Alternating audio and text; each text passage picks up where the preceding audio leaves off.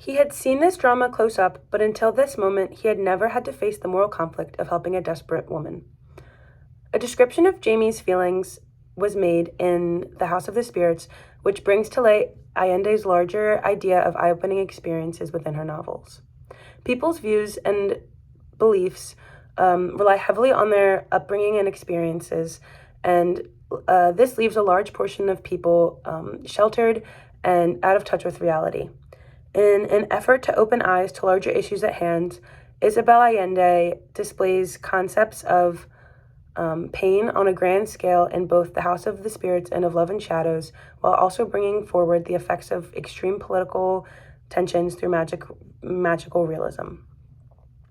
In The House of the Spirits, while it's never directly stated, it can be inferred that this novel takes place in Chile, and it spans over the course of 4 generations. This novel starts in the 1910s, and it spans to 1973. In this era, Allende utilizes a family to detail the political unrest going on within this time, as well as shining a light on the gender roles within society.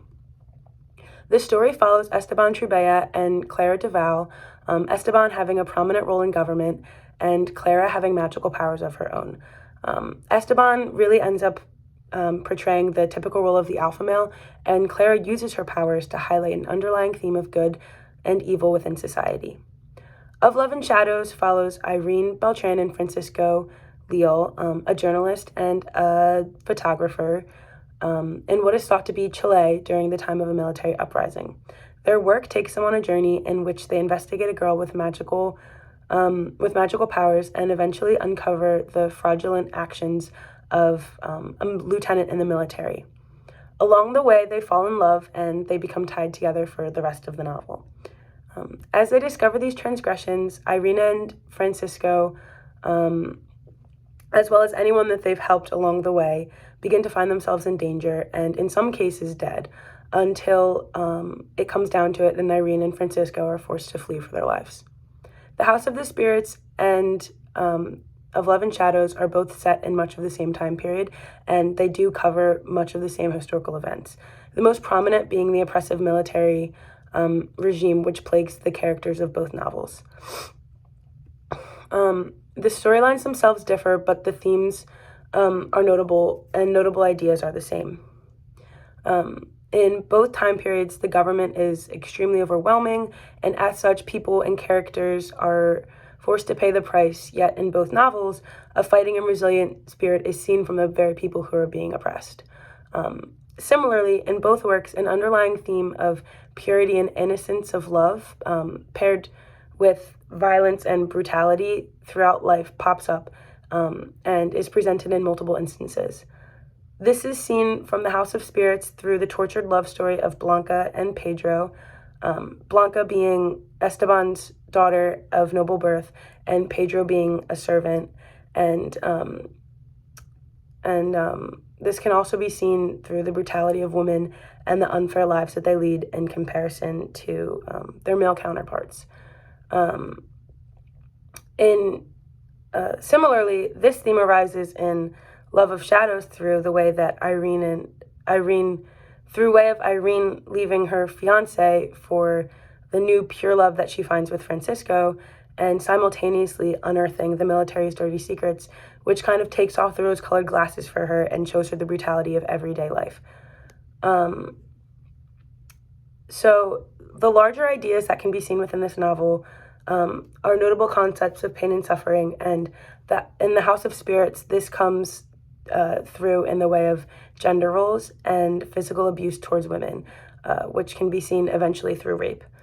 This is seen primarily through Esteban Trubella, the leader of the generations in the novel, and Alexander Coleman puts it that as the founder of the Trubella clan, Esteban Trubella is yet another exaggeration of the classic Hispanic father, admirable in his consistency and stubbornness, it is true, but a homicidal dictator, an enemy of the common people, a violator of submissive women.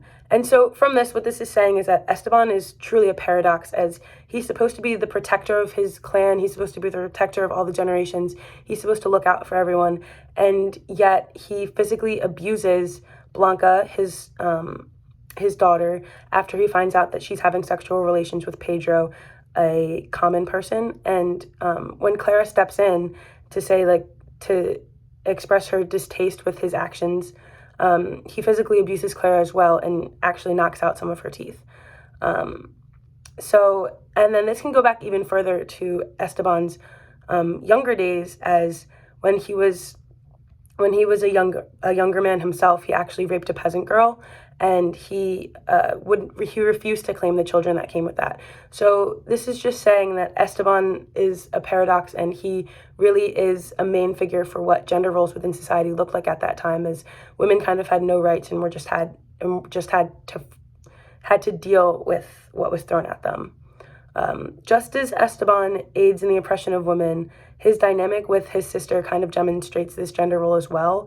And in a conversation between them, Furula, his sister, says that, "I would like to have been born a man, so I could leave too," she says, full of hatred. "And I would not have liked to be a woman," he said. So in this, Furula is basically saying that she wishes that she were a man because she would be able to leave and she wouldn't have to be a caretaker. And Esteban is kind of validating that sentiment and saying, "I wouldn't have wanted to be a woman if I was in your position," because he understands that women have no rights in society. And so this really shows the freedoms that men have over women, and the restrictions that are placed on women's true freedom. A large idea that can be seen in Of Love and Shadows is the class roles within society. As citizens kind of choose to accept what's going on because they can't really change it. A discrepancy in wealth from class to class, and just the way that it's accepted is seen. And Sofia Gurnas quotes that the world of Francisco Leal is shabby but intellectually alive. Shabbier even is the Leal home in the dirt-flooded cottage of Digna Ranquillo, the peasant woman whose daughter Evangelina is attracting pious crowds. And so the wealth gap is carried out in the treatment of the poor as well, as Evangelina is eventually killed, and no one does anything to avenge her or to get justice for her. So from this, we can see that there's an extreme gap in wealth between the wealthy and the poor, but then also the treatment of the poor just doesn't match up to what the wealthy get, as the poor are kind of just cast aside, and what happens to them happens to them. Just as both novels have major themes going through them, politics are extreme in both novels as well. In The House of the Spirits, the Conservative Party is so intense that they stage a coup and overthrow the country into a dictatorship, because they would rather have a dictatorship than a Marxist government that isn't conservative. Esteban is at the head of this, and he further demonstrates his selfishness as he stands behind this decision to overthrow the government. Allende, it can be quoted in the novel as Allende says that he was the first to declare in public that only a military coup could halt the advance of Marxism, because people who had anxiously waited 50 years to be in power would not relinquish it because there was a chicken shortage.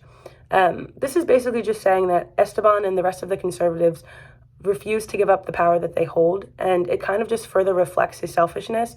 And in the end, it reflects poorly on Alba, as she ends up paying the price of this whole uprising, as Maria Odette Cannavale brings to light that the political component of each individual narrative becomes more accentuated as the story progresses, until we see the last female protagonist, Alba, sent to prison on trumped-up political charges.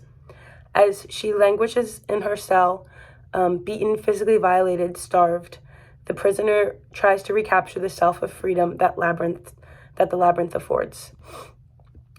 So from this is basically saying that Alba never fully gave up, regardless of the situation that was going against her, and regardless of the political state of the country at that time, regardless of the fact that everything was thrown her way. And eventually she does find the bright side, and she does find relief in the freedom of her cell. This kind of just shows the way that the government itself is very oppressive, and it even turns on one of its supposedly strongest members, one of the members of his family, and no one's safe. The inspiration of these events can honestly be tied back to Allende herself, as Winter Elliott puts it, that Allende's novels are inextricably linked to her own life and her own background. And her characters and subjects frequently evolve from people or forces in her own experience. Alba, it can be inferred that Alba is able to survive her fate because Allende herself did in her own era, where Allende actually had to flee her own military coup. And so these two tie together, and Allende once more brings in her life into the story. In Of Love and Shadows, the military government also has no laws, and so it kind of goes back to the way that the House of the Spirits was towards the end. Sarah Maitland says that the harsh reality of Chilean political situation, mass graves, disappearances, military interventions leading to chaos, religious confusion, inaccessible leadership. So just as the House of the Spirits fell into true political unrest, Of Love and Shadows experiences it, but even more, as it took place entirely in the chaos of this. So towards the end, so for the duration of the House of the Spirits, it was a conservative government. However, it wasn't oppressive, and it wasn't fair, but it wasn't as oppressive as it was when the military came into contact towards the end of the novel. And the difference between the House of the Spirits and Of Love and Shadows is that Of Love and Shadows is set entirely in a military government where there is no power for anyone, and the military really does oppress the people entirely. And this can be seen as a quote from the book is that the ones they take away never come back. And this demonstrates the way in which the expectations were set and the oppressive culture was overwhelming for citizens. It's the way that citizens knew that they had no rights and they had no say and they had no freedom at all. And so I think Allende really brings out the way that the people during this time, during the military struggle in Chile, really were struggling just to survive and to fight and to live. So Allende makes sure to tie in elements of magical realism into her novels, and Clara in The House of the Spirits is the primary